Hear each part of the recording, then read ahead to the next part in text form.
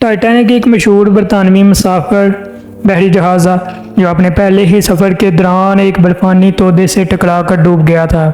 हादसे में हलाक होने वालों की तादाद 1512 अफराद थी। टाइटैनिक ने अमेरिकी शहर न्यूयॉर्क के लिए अपने सफ़र का आगाज़ किया था और ये शुमाली बहरा कनौस में डूबा। इसका मलबा आज भी समुंदर में 3 से 4 हज़ार मीटर गहराई में मौजूद है। अपने सफ़र के आगाज़ के चौथे और पाँचवें रोज़ की दरमियानी शब इसमें सवार 1502 मुसाफिरों की ज़िंदगी का चिराग उस वक़्त गुल हो गया जब यह समुंदर का बादशाह बर्फ़ के एक गोले से टकराकर 2 टुकड़े हो गया। लाइफ बोट्स के ज़रिए कंपनी के टाइटैनिक के सिर्फ 712 अफराद को ही ज़िंदा बच पाए। इनमें कंपनी का मालिक भी शामिल था जो ख़वातीन और बच्चों को डूबते जहाज़ में छोड़कर एक कश्ती के ज़रिए निकल गया था। इसी खुदगर्जी पर वो पूरी ज़िंदगी में नफ़रत का निशाना बना रहा है। इसे टाइटैनिक का बुज़दिल और ब्रूस इसमी कहा जाता है। दूसरी तरफ जहाज़ का कप्तान एडवर्ड जॉन स्मिथ हमले के साथ ख़वातीन और बच्चों की जान बचाने की कोशिश में खुद भी डूबकर इंसानियत पर एहसान कर गया था। वो आखिरी आदमी था जिसने जहाज़ से छलांग लगाई थी।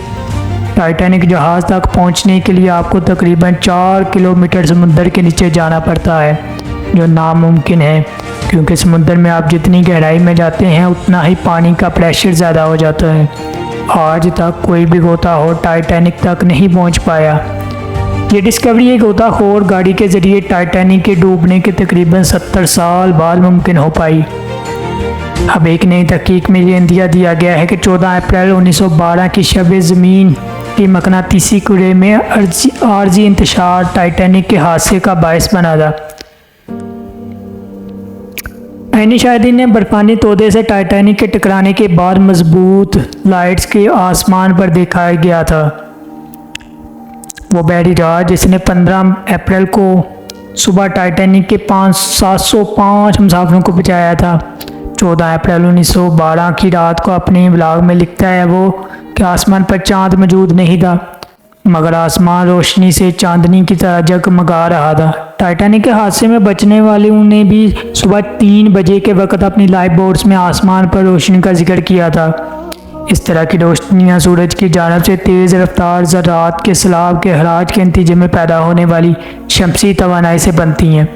जब यह ज़रात ज़मीन के माहौल से टकराते हैं तो ज़मीनी माहौल की गैसेस को तवानाई मिलती है जिससे वो मुख्तलिफ रोशनियों में जगमगाने लगती हैं।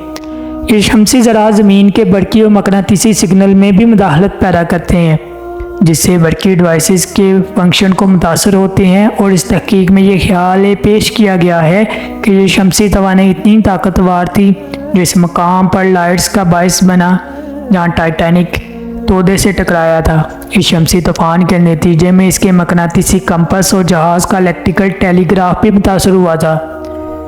शुमाली बहरा कनौज में बर्फ़ानी तोदों के हवाले से सफ़र करने वाले दिग्गर बहरी जहाज़ों की मालूमात से आगाह रहने के लिए टाइटैनिक के कप्तान एडवर्ड जॉन स्मिथ ने हुक्म दिया था कि ज़्यादा ख़तरनाक इलाके में जाने से गुरेज किया जाए। मगर तहकीक में ये बताया गया कि शमसी तूफान के नतीजे में जहाज़ की सिमत में कंपस की खराबी के नतीजे में मामूली तब्दीली आई थी और ख़तरनाक बर्फ़ी इलाके में जाने से बचने के बजाय वो बहरी जहाज़ सीधा इसी तरफ चला गया।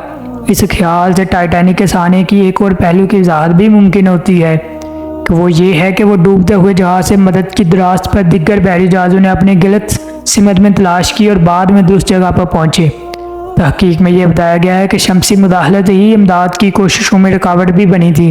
जब कप्तान को अंदाज़ा हो गया था कि टाइटैनिक को डूबने से नहीं बचाया जा सकता तो इन्होंने 2 रेडियो ऑपरेटर्स को मदद के सिग्नल करीबी जहाज़ों को भेजे।